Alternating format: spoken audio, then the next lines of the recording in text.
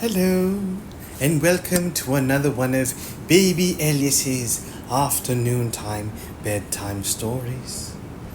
We start off with Mother Bear's Call by Harriet Prescott Spofford. Mother Bear's Call is a delightful children's story from Spofford's collection, Children of the Valley, in 1901. Let's begin, shall we? Are you ready, baby Elias? Here we go. Mother Bear's Call by Harriet Prescott Spofford.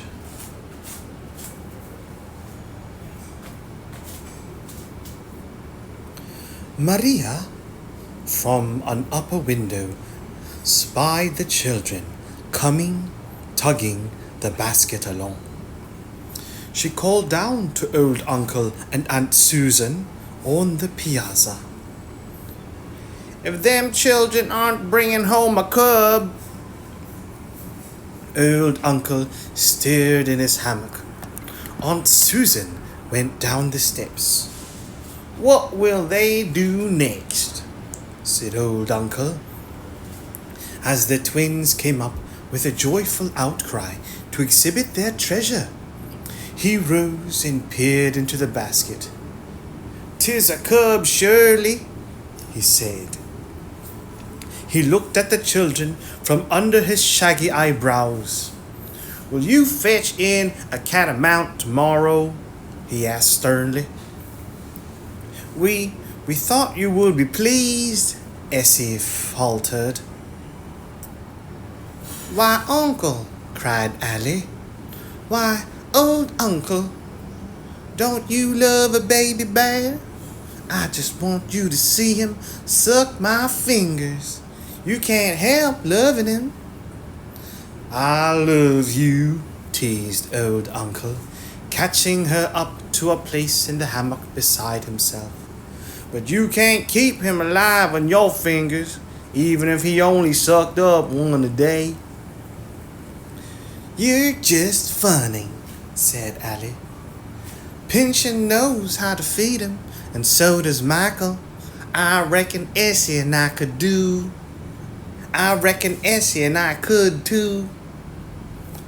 "Old Uncle, we won't let him be a bit of trouble," said Essie. "Of course he won't be any trouble," said Aunt Susan. She and Aunt Rose had brought a bottle of warm milk with a rag over the top of it. They put it into the little bear's mouth, and the whole family gathered round to see him take his dinner.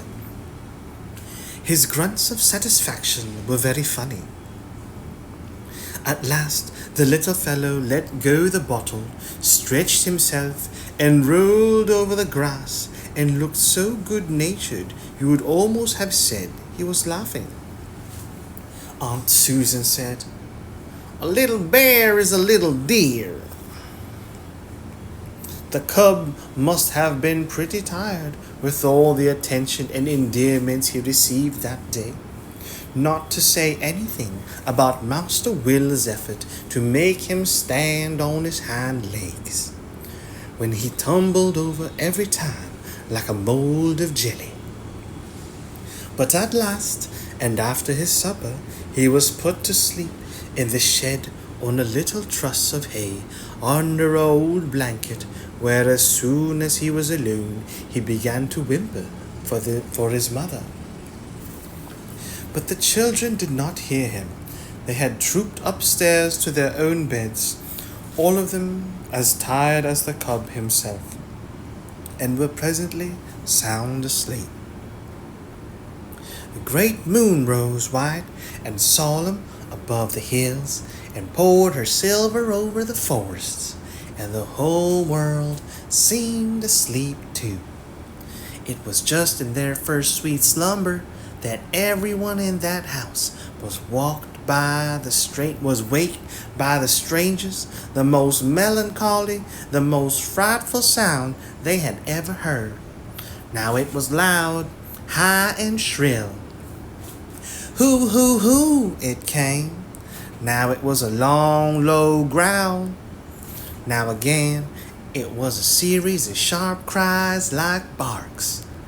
Now it was a roar, and something was knocking about the chairs on the piazzas, scratching at the windows, lumbering down the steps, and plowing and plunging over the grass. Something with heavy jaws and coming clap clap along the front of the house. Finally, it made off clumsily in the direction of the shed and raised such an uproar there that the sky rang with it.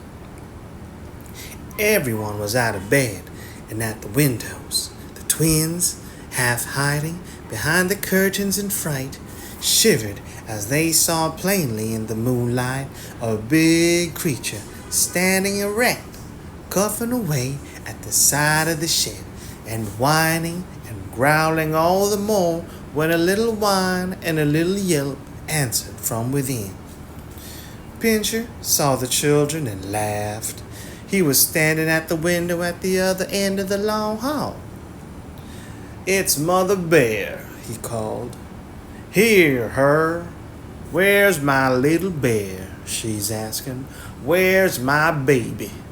You folks give him back, or I'll eat your babies. Little Bruin, I'm a-hearing of ye. You want your mammy, don't you? She smelled ye all the way here. How am I gonna fetch ye out blessed if I know? But I'm gonna fetch ye. I say, give me my little bear.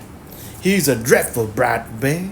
If you folks only see him eating blackberries, you know how smart he was. Say, I just can't let him. I've got to get him real fat for when we go into winter quarters. How'd you get here anyway, you little scamp? Can I leave you 5 minutes? You were safe asleep in a soft hollow. And then when I was wandering into the river with a beehive in my arms, so's to drown the bees and get the honey, off ye go. Don't ye know little bears should mind their mother? Oh, somebody took you. Brrr. I won't leave so much as their aprons if I can lay paws on them, that is.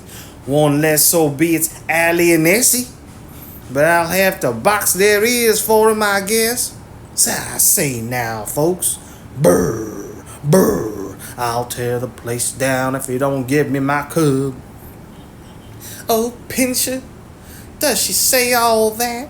Asked Allie. Pincher, would she tear the house down? Cried Essie.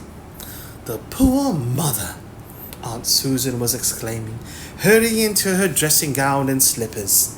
And then she and old uncle ran down the back way, followed by Pincher, and they took up the cub and opened the shed door a crack and pushed him through and banged and bolted the door behind him.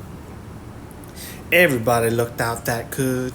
The mother bear stood off a moment on her hind legs, then she fell on the cub like an avalanche and held him in her arms as any mother holds her baby, and licked him from top to toe, and laid down and gave him his dinner.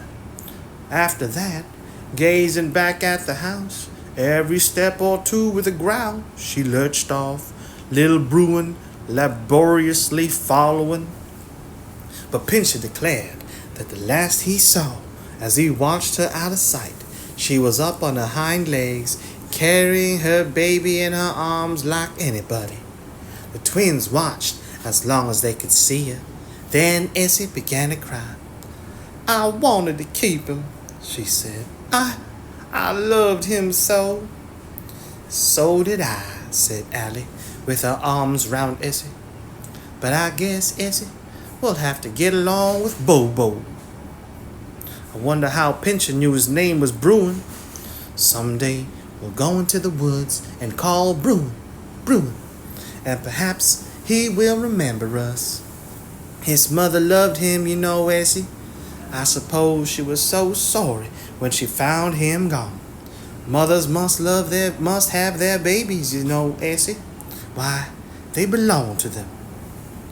If you foolish children don't go to sleep, cried Uncle Billy from some remote quarter. "I'll call Mother Bear back."